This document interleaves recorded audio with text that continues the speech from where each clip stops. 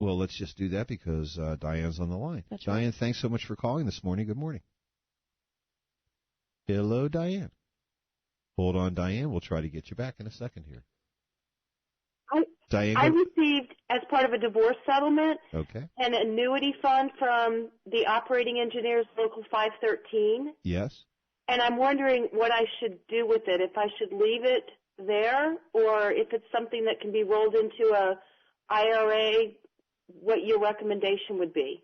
Sure. Well, Diane, the operators union calls it an annuity, but it really isn't one. What it is they call it an annuity because a lot of folks convert it to a payout. But in your particular case, it would be similar to anyone else that might, through a divorce settlement, get a piece of their spouse's 401k, 403b, etc. So, right, you do have two options. One is to leave it with the plan.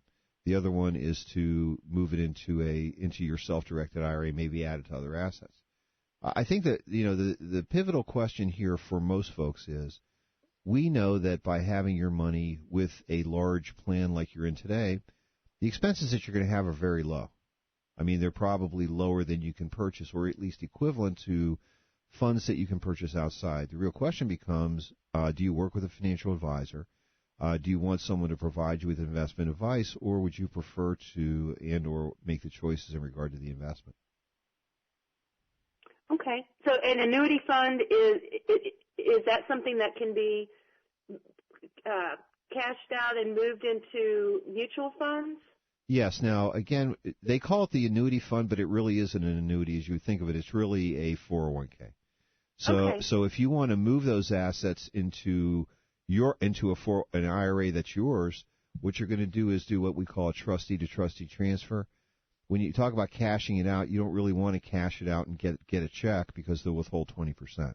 If you can take that and move it directly into an IRA, you go to your financial advisor if you have one, and they'll be happy to say, hey, this is great.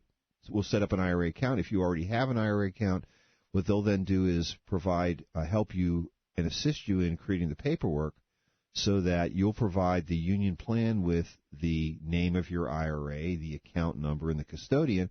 And what they'll then do is they'll then send that directly to your custodian, and it'll be considered a tax-free movement, etc.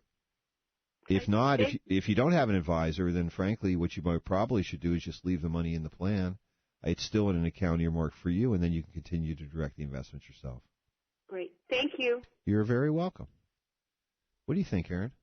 I think if you don't dislike the choices in the plan, it makes a lot of sense to leave them there, just like you were speaking about earlier, which is it's in the lowest cost environment most likely that you'll ever be in terms of investing. And if you have the opportunity to make selections that you like, or you like the performance of the selections you have, there's really no reason to make that move until you're ready to start drawing the money. Yeah, I agree. We know we work with several folks that are previous participants in that plan, and they had decent choices. They really only had 6 or 7 that were in the plan, and most of them were okay.